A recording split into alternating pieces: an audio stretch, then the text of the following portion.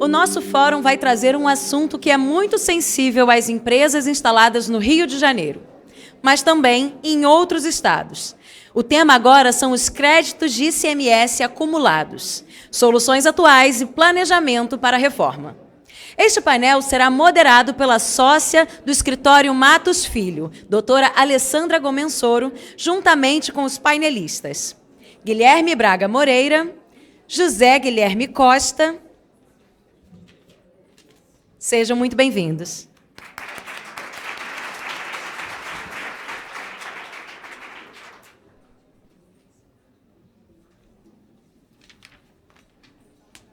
Boa tarde a todos e todas. É um prazer estar aqui. Obrigada, Eduardo, pelo convite. É a primeira edição de muitas, né? E assim, como tem tributarista carioca, né, gente? Realmente está animado o evento.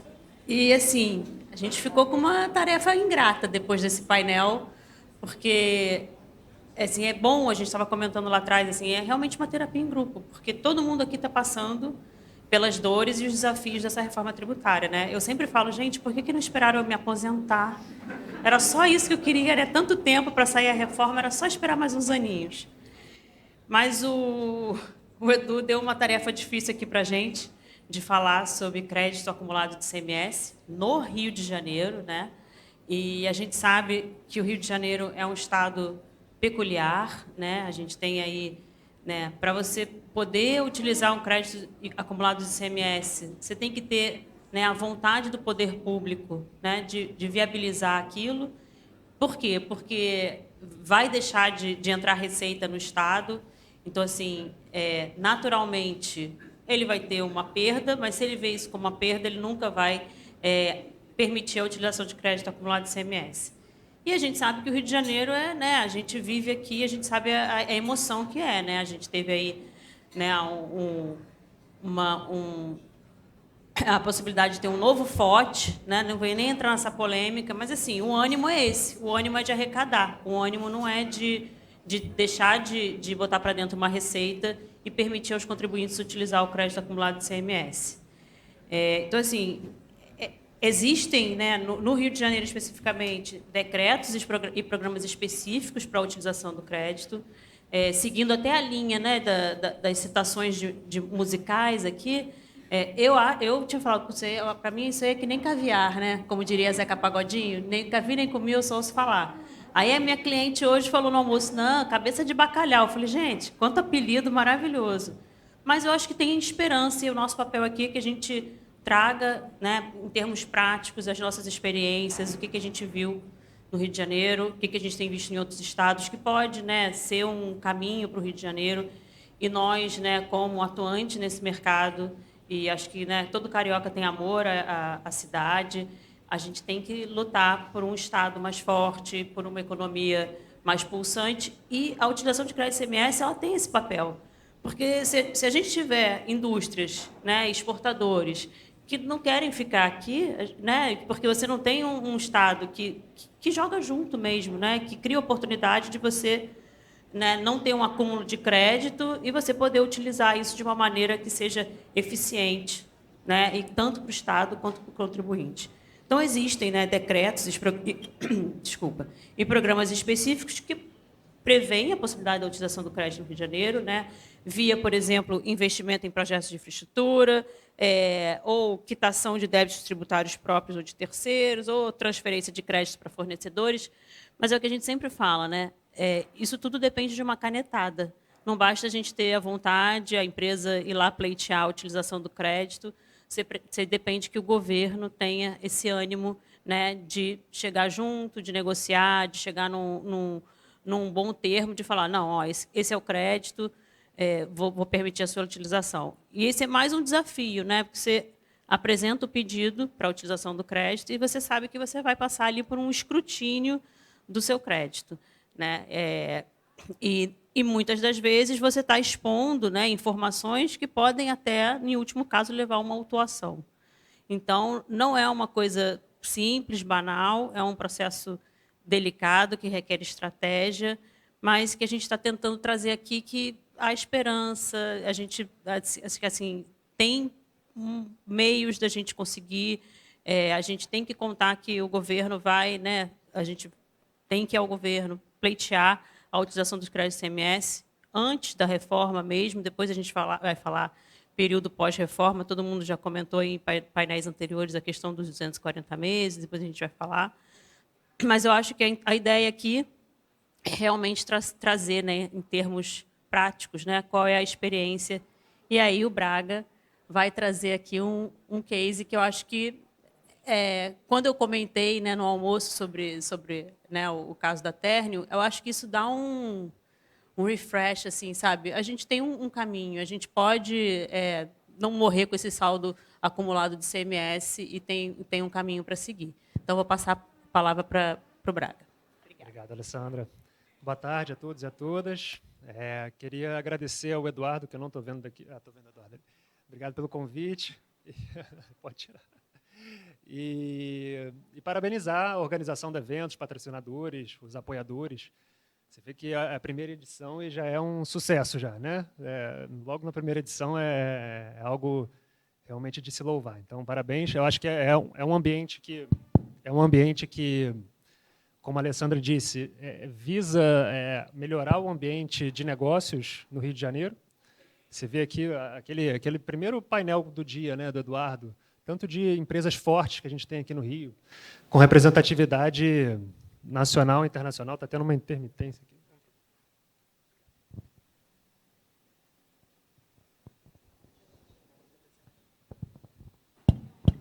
Alô? Agora sim. Empresas muito fortes e que, assim, a gente está vendo as caras aqui que estão nas trincheiras do dia a dia do tributário ali, a parte fiscal, a parte de sistêmica fiscal. Então, é realmente muito legal ver esse tipo de iniciativa. E aqui, eu vou dividir essa fala, aqui vai ser um bate-papo com o Zé Guilherme e com a Alessandra, e ele vai falar depois um pouco mais da reforma tributária, mas esse é um tema muito interessante e sempre foi muito pulsante no Rio de Janeiro e volta a ganhar uma relevância muito grande por conta da reforma. Quem tem um saldo credor acumulado grande não quer morrer com isso na mão antes da reforma. Vai morrer, mas não quer. E o ponto é, quais são as iniciativas que a gente vem identificando que o Estado do Rio de Janeiro dispõe para a gente diminuir um pouco esse impacto, né? Diminuir um pouco dessa preocupação que a gente tem de não morrer com esse crédito na mão. Por que eu digo morrer com o crédito na mão? Apesar de ter a previsão do ressarcimento desse crédito, a gente sabe que é em longos 20 anos, se acontecer, né, Bianca? Se acontecer. Então, só para o Jansen, isso aí. Segundo a Bianca, a palavra já é Bianca. Então, a gente volta a olhar para isso e, numa situação, o case que a Adriana disse é muito essa identificação nossa na Térnio. A Térnio, para quem não conhece aqui, só para colocar todo mundo no mesmo passo, é uma empresa siderúrgica, a gente produz aço, fica no Rio de Janeiro, fica em Santa Cruz. É uma indústria que fabrica, basicamente, são semi-acabados de aço, são placas de aço que majoritariamente são exportadas. Então, a gente é majoritariamente exportador, preponderantemente exportador. E como exportador, muitos aqui são, a gente acumula muito crédito de ICMS. Então, tem um saldo credor acumulado muito grande e com um motivo muito simples, que é a exportação. No nosso caso específico, a gente também, o motivo dos nossos créditos também é muito simples, né? A principal matéria-prima da Térnio, a principal matéria-prima para a produção de aço é o minério de ferro, que vem basicamente de um grande player no mercado, que todo mundo conhece, acho que não é novidade para ninguém, a Vale. Então, é um crédito simples de se aferir. É um crédito que tem um tipo de matéria-prima, um tipo de nota de um fornecedor e um motivo de acúmulo de crédito. Então, é um crédito simples de aferir. Mas a gente sabe que a realidade do Rio de Janeiro não é só essa. A gente sabe que tem muitos outros casos de acúmulo de crédito, a origem do crédito, o motivo do acúmulo do crédito, e que tornam isso muito difícil de se aferir. E aí a gente vem encontrar qual que é a real vontade ou a real disponibilidade do Estado, não só do Rio de Janeiro, mas de todos, de viabilizar um ressarcimento. A gente está falando aqui de ressarcimento de ICMS como, só posicionando, né, como uma ferramenta para concluir, para efetivar a não cumulatividade, certo? Mas a gente sabe que, na prática, a legislação não privilegia muito essa efetividade da não cumulatividade, né? Então, via de regra, a primeira coisa que a gente pensa quando tem saldo acumulado e olha para a legislação de cada estado, a gente olha ali as possibilidades de ressarcimento. São Paulo tem o modelo da CREDAC, por exemplo. Mas fato é que nem todos os estados são tão preparados e nem têm aquela disponibilidade de fazer o mesmo modelo de São Paulo, ou o mesmo modelo de outros estados. Então, a gente passou a olhar o case, né, passou a olhar para outras alternativas, para alternativas a esse ressarcimento. E a gente sabe que tem uma resolução lá de 2014, resolução 720, do Estado do Rio de Janeiro. No anexo 20, tem lá a possibilidade de você transferir créditos de ICMS para os seus fornecedores na compra de insumos, na compra de máquinas e equipamentos, desde que destinados ao ativo fixo da sua sociedade, da sua empresa. E aí, óbvio que tem uma série de regras que têm que ser cumpridas, e nada mais justo, porque a gente sabe que não é só chegar a pleitear e começar a usar, porque, querendo ou não, um parêntese muito grande aqui na minha fala, é que a gente sabe que tem muito crédito que pode estar mal avaliado, pode estar subavaliado, pode estar superavaliado. Então, assim, realmente tem que se criar uma série de requisitos práticos e que têm que ser preenchidos. Mas, uma vez preenchidos, o contribuinte tem que ter o direito também de ter esse ressarcimento, ou, no caso que eu estou falando, a transferência. Então, eu vou falar um pouco da parte prática, né, do que tem que ser feito, aí depois acho que cabe a cada um aqui também a dar uma olhada nessa resolução 720, anexo 720 de 2014, anexo 20. Tem lá artigo 25 para frente, mais ou menos. E fala lá, né, você tem que solicitar isso para ser faz, você tem que solicitar a transferência de crédito, né? Você já tem que ter qual é o fornecedor que aceitou receber aqueles créditos, você tem que falar qual que é a origem daquele crédito, qual que é o motivo de você acumular aquele crédito. Então, esses daí são só os aspectos teóricos. E depois, você tem que cumprir também quais são os registros do SPED que você tem que preencher, quando que você tem que preencher. Então, tem requisitos muito bem estabelecidos para transferência de crédito no Rio de Janeiro. E aí vira um trabalho de você buscar quem são os fornecedores que vão aceitar isso, que estão precisando, né, desses créditos também. Então, acho que a minha fala aqui inicial, pelo menos, é isso, é trazer um pouco uma luz para uma alternativa que as pessoas não falam muito, que é a transferência de crédito. Não é fácil, tem muitos requisitos, mas é uma possibilidade de repente, não morrer com esse crédito na mão até o início da reforma. E uma pergunta, teve algum trade-off para essa, assim, alguma contrapartida que o Estado pediu para você fazer essa transferência para o fornecedor ou não? Além é aquilo que está na resolução, né? Então, a resolução ela é muito bem... Eu convido a todo mundo a dar uma olhada nesses artigos, né? Se não me engano, é 25 a 31 da resolução 720, o anexo 20. Então, tem muitos requisitos lá dentro, mas são requisitos muito bem estabelecidos.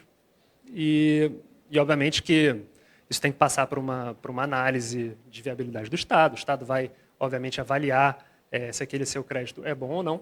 Mas fato é que existe essa possibilidade e existe uma resposta positiva para isso. Só que a gente tem que lembrar também que Estado em recuperação fiscal, Estado que não pode abrir mão de muita receita, óbvio que não... entendo eu, Guilherme, que não seria qualquer pedido de qualquer crédito que teria essa viabilidade de ser transferido, né? Então, assim, a minha dica, digamos assim, é mantenham a casa sempre arrumada. É o básico do básico. É o que todo mundo aqui tenta fazer. Então, não teve um trade-off que não estivesse na legislação já. Eu estou perguntando isso até porque, como tudo no ICMS, né, cada estado faz de um jeito. E isso também é um desafio, né, para empresas que atuam no Brasil todo.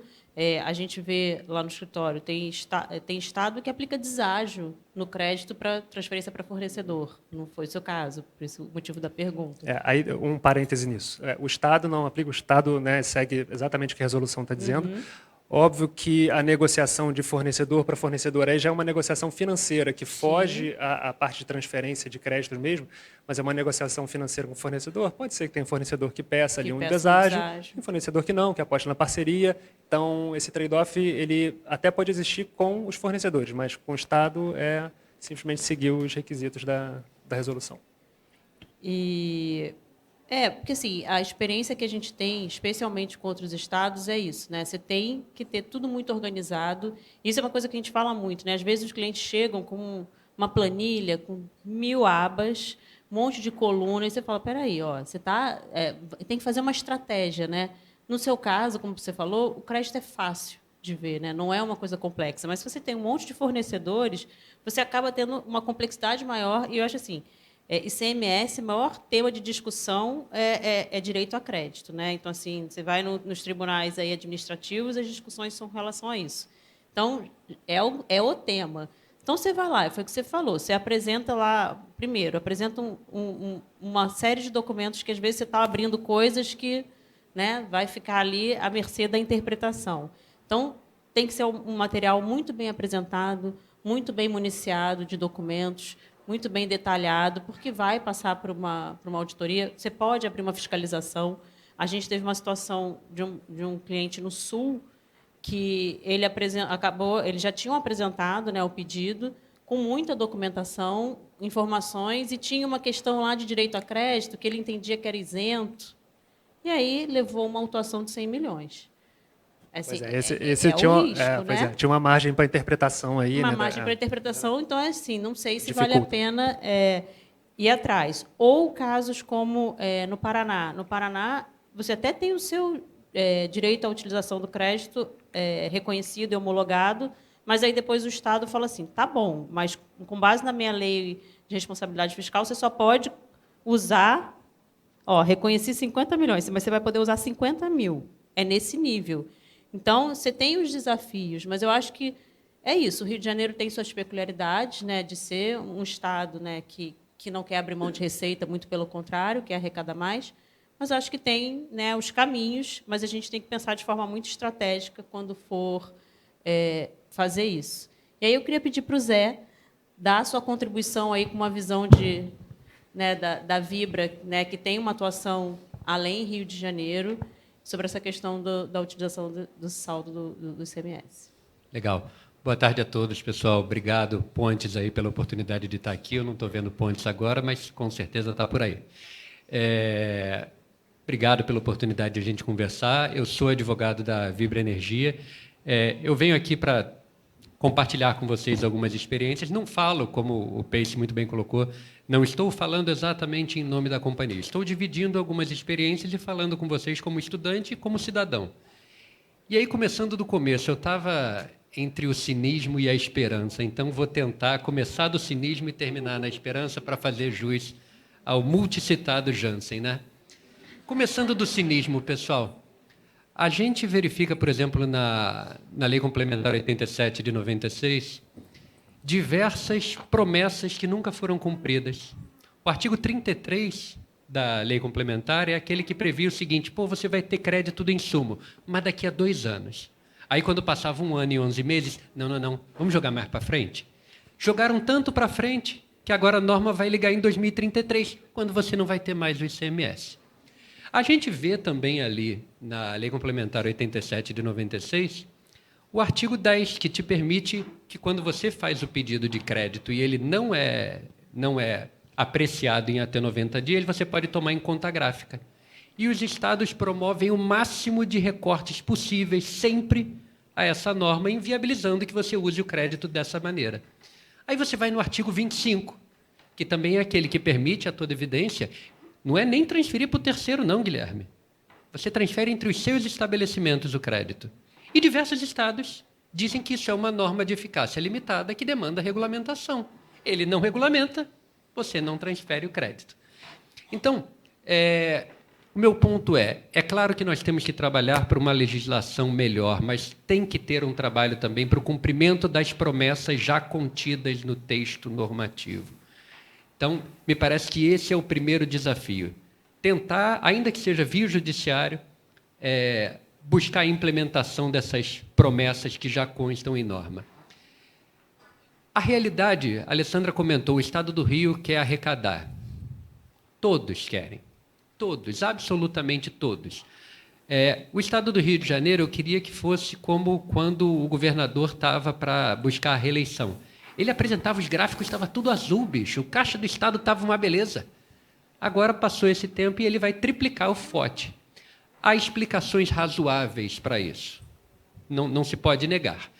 Por exemplo, para a transição do ICMS para o IBS, nós temos mesmo que eliminar os benefícios fiscais. Eu não sei por que a gente escolheu no estado do Rio de Janeiro fazer da forma mais difícil mediante um fundo, mas esse fundo também já foi declarado constitucional pelo Supremo na ADI 5635. Não tem jeito. Só que, ao mesmo tempo, também, e isso é interessante porque conversa com a questão dos créditos aqui no Rio. Foi declarado constitucional o FOT porque se colocou que FOT nada mais é do que ICMS. Bem, se é ICMS, tem que atender ao princípio da não cumulatividade. Se atende ao princípio da não cumulatividade, eu não posso ter que recolher o FOT por meio de uma nota emitida depois do meu fechamento, senão virou tributo direto ainda por cima. Não só cumulativo, mas direto. Não consigo repassar para ninguém em momento nenhum. Ah, Zé, mas você depois repassa no preço. O que diferencia tributo direto e indireto é isso. Você tem que repassar naquele momento o tributo, repasse no preço. Todo tributo é repassável no preço, todo tributo é economicamente indireto. Então, os pontos aqui giram sempre em torno de nós temos muitas vezes as normas e não conseguimos as implementar. Nós temos muitas vezes o pronunciamento judicial e não conseguimos o implementar. Agora, por exemplo, está tramitando na Alerj a questão relativa ao FOT. E a gente está tendo que trabalhar para deixar óbvias algumas situações. A principal delas, o que é e o que não é benefício fiscal, para constar como base de cálculo do FOT. E também a segunda, se o FOT é ICMS, que se lhe dê o devido tratamento como ICMS. É claro que isso só começa a resolver o problema, porque hoje eu tenho créditos de ICMS de verdade que o Estado do Rio não paga. Zé, só o Estado do Rio? Não, claro que não. Há diversos outros que também não pagam pelos mesmos motivos. Diga-se de passagem, em relação a isso, a gente tem eliminado algumas barreiras. Vocês já devem ter visto que até pouco tempo atrás, quando você trabalhava a questão do ICMS por substituição tributária, que não era definitivo, o Supremo decidiu isso no tema de repercussão geral 201 em 2016, você tinha o direito à restituição do tributo pago a maior. Isso também é crédito. Só que você não consegue implementar isso. Inicialmente, todos os estados diziam o seguinte: você tem que provar para mim que você ou não repassou esse ônus, ou se repassou, está autorizado a trazer essa restituição. Isso era feito com base no artigo 166 do CTN, que todo mundo conhece, todo mundo teme, e que agora, com a reforma, está ganhando força, tá? Muito mais força do que em qualquer momento já teve. Pois então, nesse caso, o STJ resolveu o nosso problema, tema repetitivo 1191. As duas turmas conseguiram chegar a um consenso de que, nesse caso, do ICMS por substituição tributária, não é necessário aplicar o 166. Então, a gente conseguiu passar por esse portal. Só que tem um portal pelo qual, hoje, me parece, nunca conseguiremos passar. Porque quando esse ICMS entra no caixa do Estado, o comprometimento dessa verba é tal que você não vai conseguir trazer de volta. E aí entra um aspecto de esperança, tal qual o Jansen nos trouxe. Se você tiver um comitê gestor no meio do caminho, isso talvez elimine o efeito deletério de o dinheiro entrar no caixa do Estado e nunca mais sair. Se você tiver um sistema de creditamentos que seja implementado mediante a relação direta com esse comitê gestor e não com o próprio caixa, talvez nós tenhamos uma chance. É claro que há problemas relacionados a isso por causa da questão do prazo. O trauma a que fizeram referência, eu sou uma vítima desse trauma. 180 dias, vai pagar? Na minha cabeça não vai nada. E aí eu entro numa outra pergunta. Caramba, se o cara não pagar, o que eu vou fazer? Ah, Zé, entra na justiça. Legal, para cair no precatório? Para demorar ainda mais? Ou eventualmente não ser pago e eu precisar correr atrás do mercado com aquele precatório com um deságio danado e torcendo para alguém querer comprar aquilo para usar, de repente, numa anistia, alguma coisa assim. Então, os desafios são diversos. Os desafios são normativos, os desafios são de implementação das normas pré-existentes, os desafios são orçamentários, os desafios são procedimentais. Hoje, por exemplo, ainda tem um desafio que eu acho que é passageiro. Mas, pouco tempo atrás, houve uma operação no estado de São Paulo que eu acho que é péssima para todo mundo que joga limpo. Foi aquela operação por meio da qual, alegadamente, havia pessoas na Secretaria de Fazenda que criavam créditos e aceleravam a restituição desses créditos.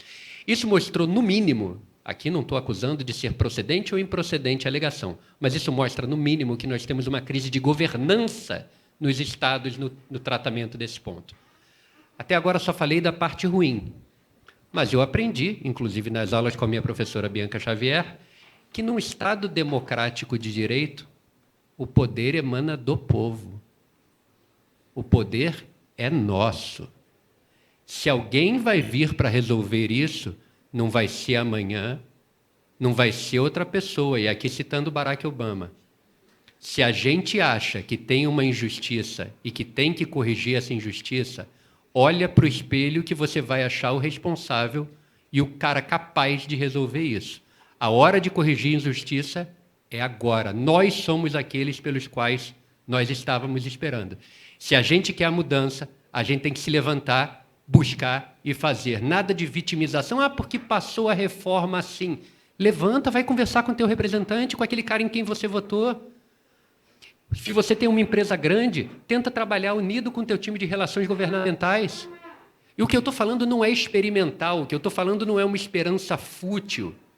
A gente entende, por exemplo, do segmento de petróleo, que a gente conseguiu passar a monofasia de REN, que é extremamente positiva. Conversei no almoço com a professora Bianca Xavier e com o meu time que está aqui comigo. Não passou à toa. Passou porque o IBP, o Sindicom, foram lá trabalhar junto. Foram lá fazer pressão, foram lá demonstrar o quanto que isso é positivo, não só para o segmento, mas para o nosso país. Então, embora eu tenha começado com um extremo cinismo da demonstração de como a gente tem desafio para cumprir, eu não estou fazendo isso para que a gente fique sentado achando que não tem jeito. Eu estou tentando difundir informação e mexer com o brio de todos nós, porque a gente precisa fazer alguma coisa. E quando eu vejo uma sala cheia num fórum carioca de Tax Compliance, acho que é com a gente, rapaziada. Obrigado.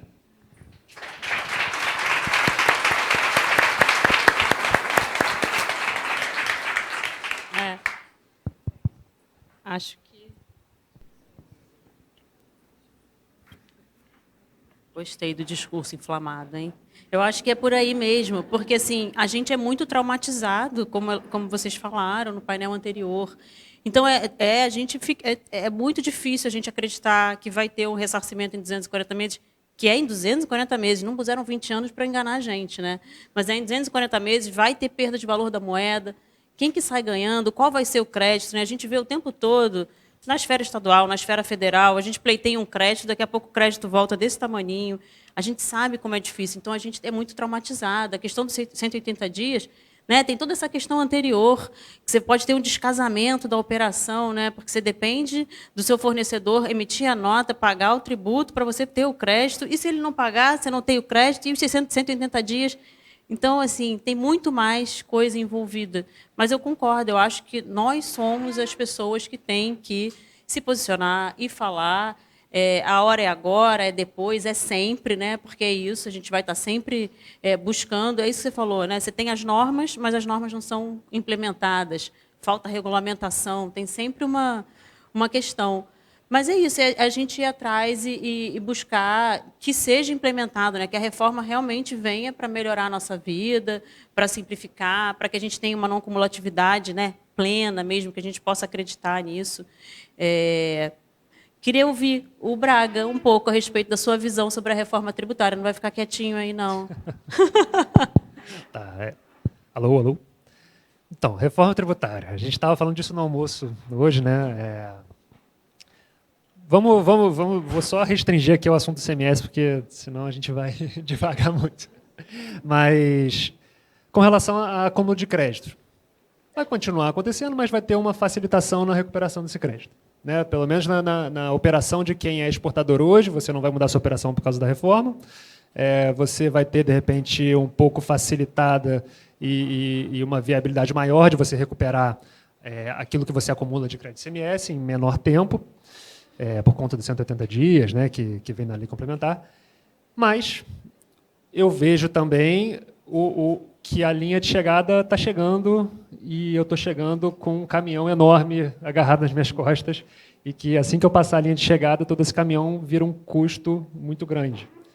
Então, A reforma ela vem para dar novos ares, ela vem para, de repente, eu parar de me preocupar em acumular no futuro, mas tudo que aconteceu no passado vai continuar. Então, tudo que aconteceu no passado, eu continuo precisando dessas soluções, desse mecanismo, por exemplo, de transferência, de um ECREDAC. Eu continuo precisando disso para me livrar desse crédito, porque senão, no final das contas, não é não cumulatividade. No final das contas, isso é custo. Isso é um resíduo tributário gigante e isso vai virar custo da empresa. Então, reforma tributária, para mim, é uma... um pouco janseando aqui, é uma parte...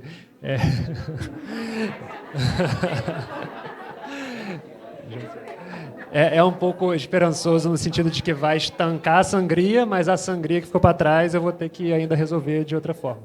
É isso.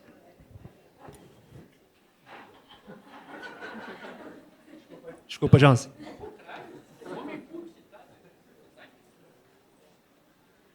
Não sei se tem mais alguma ponderação. Então, minhas considerações finais acerca desse ponto, e adorei o Jansiano, irmão, vou usar isso direto. Porque é merecido. Aliás, Jansen tem uma obra exatamente mostrando que os bons são maioria. Recomendo a todo mundo a leitura. Leitura leve, você no final se sente muito mais esperançoso. Não tenham dúvida, pessoal, o que movimenta a gente, o que dá a potência de agir, segundo Baruch Spinoza, é isso. Você precisa ter esperança, você precisa acreditar que você pode fazer a diferença. Se você não acreditar que vai fazer a diferença, fica de lado. Alguém vai fazer. Não vai. Não vai. Quem vamos fazer somos nós. E aqui não é um discurso de nós contra eles. Nós, juntos, buscando alguma coisa melhor. Mas endereçando aqui, para não parecer que eu só vim botar fogo no jogo, tem questão técnica aqui também. E aqui tem uma dose de histórico e de cabelo branco. Essa promessa da não cumulatividade, a gente já viu para a ICMS, não rolou. Viu para o IPI, e a Fazenda faz muita força contra alguns créditos de IPI. Minha amiga Duda, por exemplo, foi ganhar o tema repetitivo 1247 para a gente, podendo tomar crédito de IPI em algumas operações que já devia estar certo desde 99. Demorou só 26 anos para resolver. Mas tá bom, tá valendo. PIS/COFINS, em 2002 e 2003, eu já estudava, meu chapa. Eles diziam exatamente isso. Rapaziada, nós vamos subir a alíquota, mas fica tranquilo, porque a base de cálculo diminui. Agora é não cumulativo. Tá safo. 10.637 e 10.833. Então, a gente já tem histórico, a gente já conhece, a gente já entende o que precisa vir junto com essas promessas para que elas sejam efetivamente implementadas. Se já sabemos, mãos à obra. Obrigado a todos, um abração.